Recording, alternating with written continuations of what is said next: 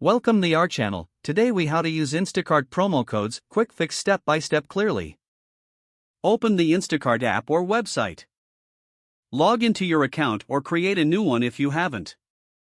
Browse through your favorite items and add them to your cart. Once you're ready to check out, go to your cart. Look for the discount code entry box on the checkout page. Enter your promo code into the designated field.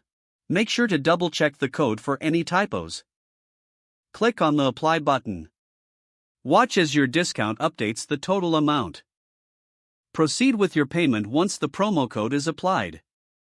Complete your order by confirming the delivery details. Enjoy your savings with your Instacart order. If the page does not load, refresh the browser or try again in a private or incognito window. Make sure you are using the correct email address, then retype it carefully to avoid small typos. If your password is not accepted, use the reset option and create a new strong password you can remember. Check your spam folder for verification or security emails, then complete any requested confirmation steps. Enable two-factor authentication if available to improve account security and reduce unauthorized access risk. After signing in, review your profile details so your contact information and settings are accurate and current. If you see an error message, note it down and try again after restarting your device and internet connection.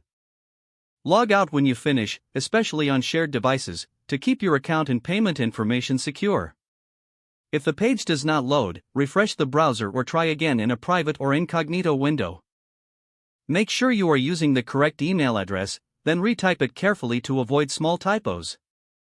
If your password is not accepted, use the reset option and create a new strong password you can remember.